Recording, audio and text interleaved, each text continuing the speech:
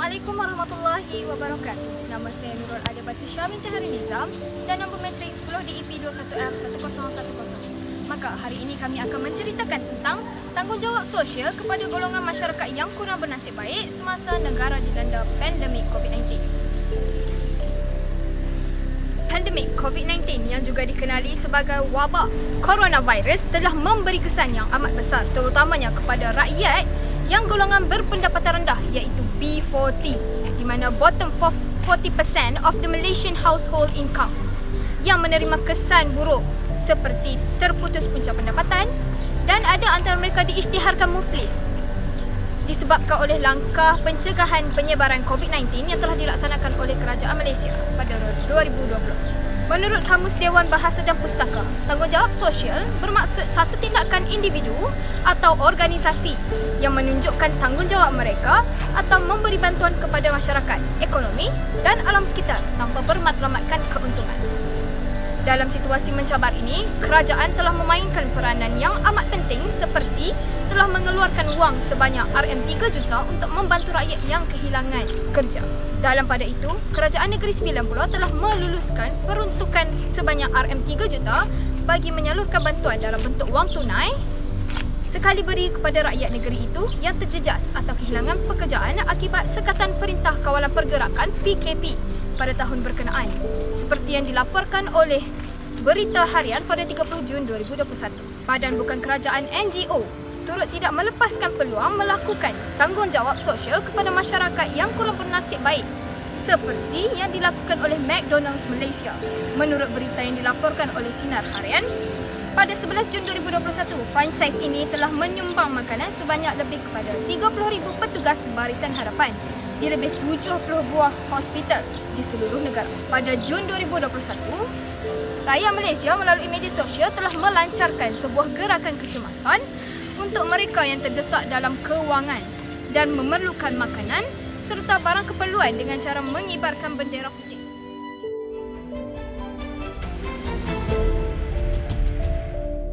Salam sejahtera dan bersama saya Rizal Zulkafli dan ini Niaga Awani. Ketika ini hashtag bendera putih memenuhi ruang Twitter dengan sekitar 41,000 tweet menyebut dan menyentuh berkenaan hashtag tersebut. Hashtag ini menggesa isi rumah dan individu yang berada dalam kesusahan untuk mengibarkan bendera putih untuk memudahkan bantuan disalurkan oleh jiran dan penduduk di sekeliling mereka. Carian dalam Twitter menunjukkan kempen bendera putih ini mungkin telah dimulakan oleh pengguna Facebook bernama Jah atau Nik Faizah Nik Osman, Timbalan Ketua Angkatan Wanita Amanah Negeri Awan Negeri Kelantan pada 28 Jun Isnin minggu ini. Sehingga kini, kemas kini Facebook mungkin antara terawal atau paling awal itu telah 20,000 kali dikongsi yang menggesa mereka yang susah dan tiada makanan untuk naikkan bendera putih di rumah mereka dan tidak perlu malu untuk memohon bantuan. Gerakan ini mendapat sambutan yang amat menggalakkan dengan pelbagai pihak dan NGO tampil bekerjasama dalam menjayakan pemberian bantuan. Di samping itu, gerakan ini juga memberi inspirasi kepada gerakan-gerakan bendera lain seperti gerakan bendera merah yang bermaksud bantuan kepada pemilik haiwan peliharaan dan bendera hitam protes terhadap sistem pelantikan pegawai perubatan berkontrak kebangsaan serta kerajaan secara am. Kedua-dua gerakan ini telah gerakan berasingan. Assalamualaikum warahmatullahi wabarakatuh. Nama saya Muhammad Nur Ali bin Sulaiman. Nombor matrik saya 10 DP 21F1002. Sekarang saya akan menerangkan mengenai isu-isu yang timbul semasa tanggungjawab sosial dilakukan. Isu yang pertama ialah tiada peluang pekerjaan. Perintah Kawalan Pergerakan dan beberapa perintah kawalan yang dilaksanakan oleh Kerajaan Malaysia telah menyebabkan ramai rakyat terpaksa berhenti kerja atau diberhentikan kerja. Hal ini menyebabkan golongan sosial ini semakin susah dihimpit masalah-masalah seperti tiada punca pendapatan dan tidak mampu membeli bekalan makanan. Menurut laporan berita Utusan Malaysia, Kak Sia Baram yang berumur 30 tahun yang juga merupakan seorang pemandu bas sekolah berkongsi cerita bahawa dia terpaksa meminta bantuan rakan-rakannya untuk menjadi pemandu bas simpanan kilang dan terpaksa melakukan kerja-kerja sambilan kerana banyak sekolah ditutup dan beliau tidak lagi mempunyai kerja. Pada masa yang sama, akhbar tempatan itu turut melaporkan bahawa seorang pemandu teksi yang berpengalaman lebih 35 tahun iaitu Chap Teo Tong yang berusia 60 tahun berkata perintah kawalan pergerakan yang dilaksanakan telah menyebabkan pendapatannya berkurang melebihi 50%. Isu yang kedua pula ialah kadar pengangguran semakin meningkat. Gelombang COVID-19 yang melanda negara telah menyebabkan pelbagai sektor lumpuh dan menyebabkan ramai pekerja terpaksa berhenti kerja atau diberi pilihan untuk berhenti kerana syarikat mereka atau majikan mereka tidak lagi mampu untuk menanggung kos operasi yang kian hari kian meningkat. Menurut laporan yang dikeluarkan oleh Statistik Tenaga Buruh oleh Jabatan Perangkaan Malaysia di Akhbar Berita Harian, kadar pengangguran di Malaysia telah meningkat kepada 4.8% dan Ketua Perangkaan Malaysia Datuk Seri Dr. Muhammad Uzair menjelaskan dalam laporan itu bahawa peningkatan ini berlaku disebabkan oleh Perintah Kawalan Pergerakan atau PKP yang dilanjutkan sehingga beberapa bulan lamanya, dan hal ini menyebabkan bilangan penduduk yang bekerja menurun sebanyak 0.5% kepada 15.3 juta orang berbanding 15.37 juta orang pada tahun sebelumnya. Isu yang ketiga pula ialah kenaikan harga bekalan makanan.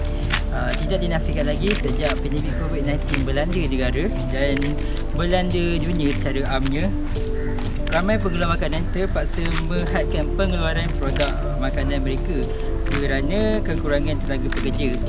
Masalah ini juga telah mendorong kepada kenaikan harga makanan kerana permintaan melebihi pengeluaran.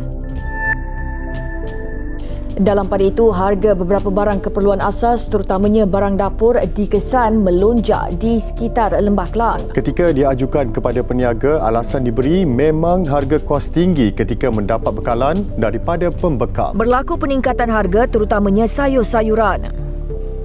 Naik banyak, bukan naik sikit. Macam-macam sayur semua. Sawi kangkung bayang tomato kacang buncis itu semua pun naik. Hal ini menyebabkan golongan kurang bernasib baik seakan-akan jatuh di tipe tangga kerana mereka tidak lagi mampu berbelanja lebih untuk membeli bekalan makanan, dan ada juga keluarga yang terpaksa menyatu pembelian bekalan makanan mereka.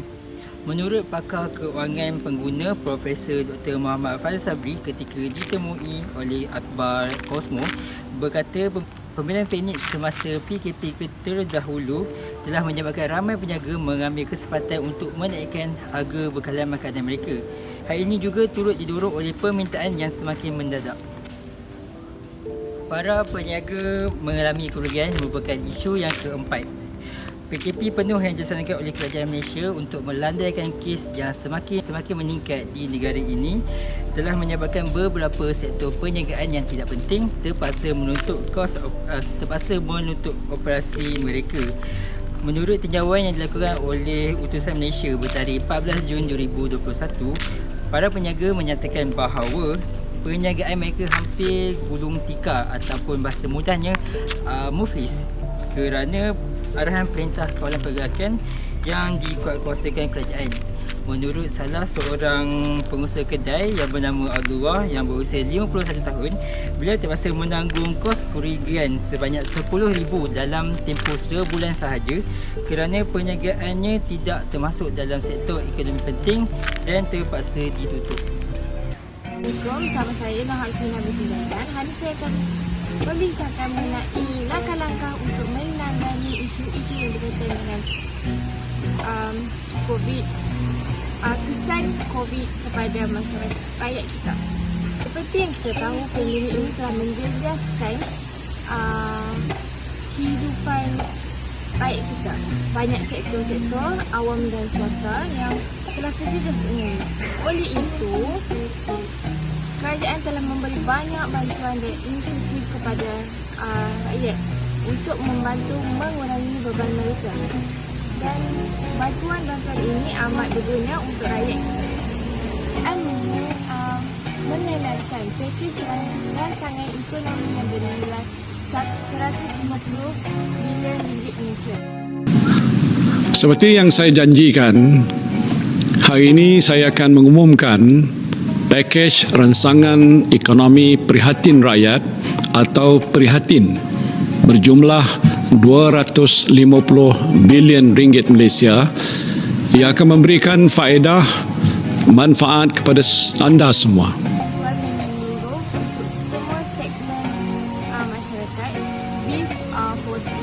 B40 miskin, B40 M20 dan T20 untuk bantuan ini. Bantuan ini bertujuan untuk meringankan beban rakyat. Langkah yang kedua ialah kerajaan memperuntukkan penambahan baik kepada pakej bantuan bekalan makanan yang diperuntukkan sebanyak 180 bilion ringgit Malaysia. Contohnya, kerajaan telah memberi kawalan harga minyak kepada semua golongan masyarakat, golongan rakyat di negara ini. Langkah yang ketiga yang kerajaan telah buat ialah kerajaan telah memperkenalkan pakej RKS tambahan. RKS tambahan ini diperkenalkan untuk perusahaan kecil yang tertumpu kepada perusahaan kecil dan sedang. PKS bagi bertujuan untuk mengurangkan lagi kadar pengangguran di negara ini. Langkah yang keempat ialah penangguhan bayaran balik peminjam. Peminjam yang diberi institusi kewangan daripada golongan B50 yang terjejas akibat pandemik COVID-19 ini boleh memohon untuk penangguhan bayaran balik pinjaman atau memohon untuk kadar ansuran pinjaman dilanjutkan selama 2 tahun. Itu saja daripada saya, Hakimah Binti Zainal. Sekian, terima kasih. Assalamualaikum warahmatullahi wabarakatuh. Wabak COVID-19 yang melanda negara telah mewujudkan ramai rakyat dan badan bukan kerajaan atau NGO yang melakukan tanggungjawab sosial kepada golongan yang kurang bernasib baik. Sekarang saya bersama dengan salah seorang pelajar daripada Politeknik Islam Perai yang merupakan antara pelajar yang terlibat dengan aktiviti tanggungjawab sosial. Baiklah, sebelum itu boleh tak saudara perkenalkan diri saudara?